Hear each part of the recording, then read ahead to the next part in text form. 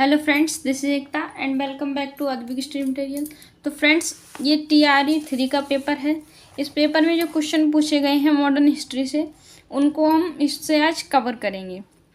ठीक है फ्रेंड्स, एक एक क्वेश्चन को लेकर के हम सारे उस क्वेश्चन से रिलेटेड सारे टॉपिक को हम इस वीडियो में कवर करेंगे। देखिए, जो क्वेश्चन था 1832 से 1833 के मध्य कोल विद्रोह का नेतृत्व किसने किया था। देखिए फ्रेंड्स, जो ये क्वेश्चन आया था TRE 3 में, अब ये क्वेश्चन कहाँ से आया, तो इसका जो नेतृत्व किया था, इसका जो राइट आंसर हो जाएगा, इनमें से कोई नहीं हो जाएगा।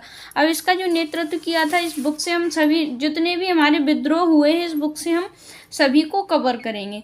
ठीक है फ्रेंड्स, कोल विद्रोह जो इसमें पेपर में दिया है 1800, कोल विद्रोह पेपर में दिया था कि 1832 से 1833, लेकिन NCERT के अकॉर्डिंग जो कोल विद्रोह है वो कब है, 1831 से 1832। NCERT के अकॉर्डिंग जो कोल विद्रोह है वो कितना है, 1831 से 1832।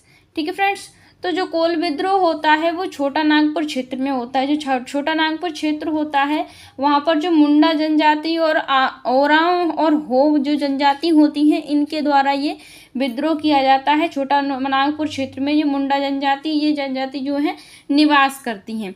इस क्षेत्र को जो मैदानी लोग हैं, इस क्षेत्र में रहने वाले, उनको कोल बोला जाता है। उन लोगों को क्या बोला जाता है, तो कोल विद्रोह कोल बोला जाता है। ये विद्रोह क्यों हुआ था, इसका कारण क्या था कि देखिए, जो ब्रिटिश सरकार थी 1822 में, वो चावल की नशीली शराब का उत्पादन पर शुल्क लगा दिया था। जो आदिवासी लोग थे उसको अपने लिए तैयार करते थे, लेकिन जो ब्रिटिश सरकार थी उन्होंने क्या किया कि 1822 में जो चावल जो लोग उगाते थे, उसकी नशीली शराब बनाई जाती थी, उसके उत्पादन पर शुल्क लगा दिया था, कर लगा दिया था। इसके विरोध में ये विद्रोह हुआ था।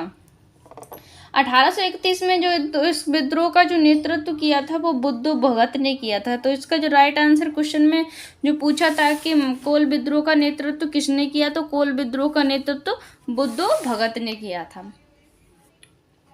अब इसके बाद जो गंगा नारायण ने 1832 में इसका नेतृत्व किया। ये बुद्धू भगत जो है मारे गए थे संघर्ष जो युद्ध हुआ था। ठीक है, विद्रोह में ये जो बुद्धू भगत थे, इनकी मृत्यु हो जाती है। इसके बाद जो इसका नेतृत्व करते हैं वो करते हैं गंगा नारायण 1832 में। यह विद्रोह रुक कर 1848 ईस्वी तक चलता है। बाद में ब्रिटिश सरकार द्वारा इस विद्रोह को दबा दिया जाता है, इसका दमन कर दिया जाता है। तो ये बात हो गई आपके कोल विद्रोह की। आगे TRE 2 में आपका बहावी आंदोलन से भी एक क्वेश्चन आया था। बहावी आंदोलन जो होता है वो 1820 से लेकर के 1870 ईस्वी तक होता है। इससे TRE 2 में क्वेश्चन आया था। इस आंदोलन का जो नेतृत्व करते हैं वो करते हैं अब्दुल बहाव। यही क्वेश्चन आया था कि बहावी आंदोलन का जो नेतृत्व है वो किसके द्वारा किया गया था। तो इस आंदोलन का जो नेतृत्व किया गया था वो अब्दुल बहाव के द्वारा किया गया था। भारत में इसका जो प्रवर्तक था सैयद अहमद बरेलवी थे। भारत में इसके प्रवर्तक कौन थे, तो सैयद अहमद बरेलवी थे, जिन्होंने एकेश्वरवाद व जिहाद पर बल दिया। उन्होंने हिजरत मतलब दुश्मनों को देश से बाहर करने के महत्व पर बल दिया। बहावियों ने प्रभावशाली विद्रोह किया। ये बहावी सैयद अहमद द्वारा स्थापित मुसलमानों में के एक संप्रदाय के अनुयायी थे। बहावियों ने अंग्रेजों के शासन को उखाड़ फेंकने व धर्मयुद्ध में शामिल होने के लिए जनता का आह्वान किया। बहावियों की ब्रिटिश विरोधी गतिविधियां 1830 से 1857 ईस्वी के विद्रोह के बाद तक जारी रहीं। इस विद्रोह के दमन में अंग्रेजों का लंबा समय लगा, परंतु भारत में अंग्रेजों के शासन के लिए कोई बड़ा खतरा साबित नहीं हुआ। इसमें आपको सिर्फ इतना याद रखना है कि बहावी विद्रोह कब हुआ था, तो 1820 से 1870 ईस्वी में होता है। इस विद्रोह का जो प्रवर्तक है वो कौन है, अब्दुल बहाव थे। और भारत में इसके प्रवर्तक कौन थे, तो सैयद अहमद बरेलवी थे। ठीक है, आगे आता है आपका मुंडा विद्रोह। मुंडा विद्रोह को और क्या बोला जाता है, तो इसको बोला जाता है उलगुलान विद्रोह। ये विद्रोह जो होता है ये 1893 से 1900 ईस्वी तक होता है। ये क्वेश्चन भी आपके TRE 1 में आया हुआ है। इसका जो नेतृत्व करते हैं वो कौन करते हैं, तो बिरसा मुंडा इसका नेतृत्व करते हैं।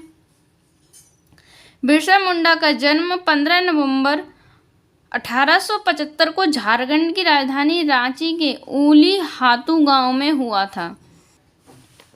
मुंडा जनजाति में प्रचलित सामूहिक खेती, जिसको बोला जाता है खूंटी कट्टी व्यवस्था।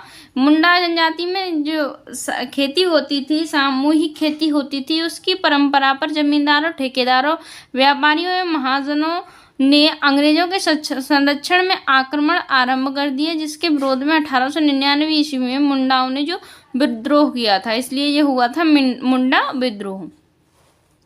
इस विद्रोह में मुंडा स्त्रियों ने भी भाग लिया। 1900 ईस्वी में विद्रोहियों ने पुलिस को अपना निशाना बनाया, परंतु जनवरी 1900 ईस्वी में सैल के पहाड़ी पर ब्रिटिश सेना द्वारा पराजित हुए कुछ दिन पश्चात बिरसा पकड़ा गया तथा उसे कैद कर लिया गया। इसके पश्चात उसकी मृत्यु हो गई और विद्रोह शांत हो गया था। आगे हम पढ़ेंगे खेड़ा एवं सवार विद्रोह। ये विद्रोह जो होता है ये 1900 में होता है, ठीक है। उड़ीसा के निकटवर्ती प्रदेश खोड़माल क्षेत्र के आदिवासी खोड़ा कहे जाते हैं। खोड़ा कौन कहे जाते हैं? तो जो उड़ीसा के निकटवर्ती प्रदेश है, जो खोड़माल का क्षेत्र, वहाँ पर जो आदिवासी लोग रहते हैं उनको बोला जाता है खोड़, ठीक है। और जो सवार हैं, सवार किनको बोला जाता है? पालिया खेमेदी के जो आदिवासी हैं उनको बोला जाता है सवार। इस विद्रोह का जो कारण था, अंग्रेज प्रशासकों द्वारा खोड़ में प्रचलित नरबलि प्रथा पर प्रतिबंध लगाना था, जो मौर्य को समर्पित थी। ये लोग मौर्य के जरिए भगवान को खुश करते थे ताकि हल्दी व अन्य फसलों की पैदावार अच्छी हो सके। तो जो नरबलि प्रथा थी उसको अंग्रेजों ने उस पर प्रतिबंध लगा दिया था। इसके विरोध में ये विद्रोह हुआ था, खोड़ एवं सवार विद्रोह। अब ये विद्रोह किसके नेतृत्व में हुआ था? तो चक्र बिश्नोई के नेतृत्व में ये विद्रोह होता है।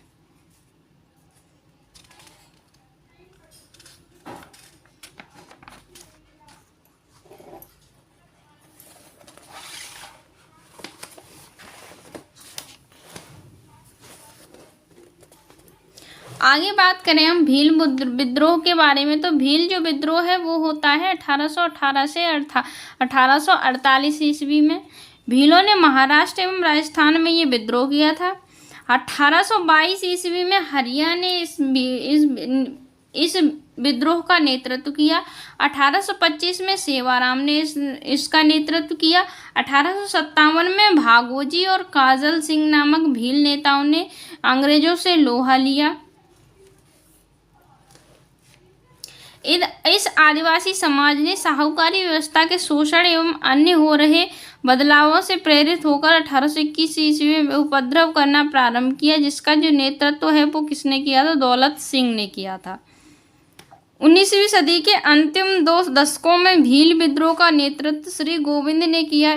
इसने 1883 ईस्वी में आदिवासियों के सेवार्थ संप सभा की स्थापना की, जिसके माध्यम से भीलों को संगठित किया गया। दूसरा था संथाल विद्रोह।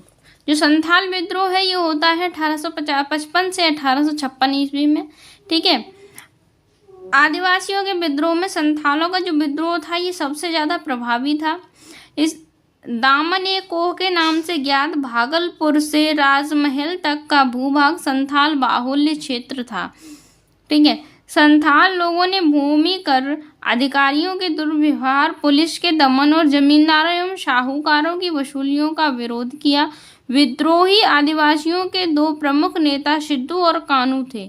अब जो संथाल विद्रोह होता है, इस विद्रोह के जो प्रमुख नेता थे वो कौन थे? सिद्धू और कानू थे संथाल विद्रोह के। 1855 ईस्वी में सिद्धू और 1856 में इस कानू की मृत्यु हो जाती है।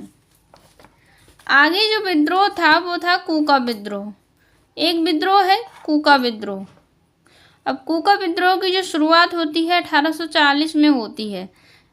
1840 में शुरुआत होती है। ये विद्रोह 1872 तक चलता है। इस आंदोलन की जो शुरुआत है वो भगत जवाहर मल द्वारा की गई थी। पागलपंथी जो विद्रोह है 1840 से स्टार्ट होता है, 1850 तक चलता है। पागलपंथी अर्थ धार्मिक संप्रदाय था जो भारत के उत्तर पूर्वी भाग में सक्रिय था। ये सत्य, समानता और भाईचारे के सिद्धांतों के समर्थक थे। वर्ष 1813 में पागलपंथी संप्रदाय के नेता करम शाह व उसके बाद टीपू ने जमींदारों के विरुद्ध काश्तकारों के समर्थन में विद्रोह कर जमींदारों के गढ़ों पर आक्रमण कर दिया। विद्रोह के समय टीपू इतना शक्तिशाली हो गया कि उसने एक न्यायाधीश, मजिस्ट्रेट और जिलाधिकारी की नियुक्ति की। वर्ष 1833 में विद्रोह को कुचल दिया गया। तो फ्रेंड्स, मिलते हैं नेक्स्ट वीडियो में। मेरे चैनल को तब तक लाइक, शेयर एंड सब्सक्राइब करना।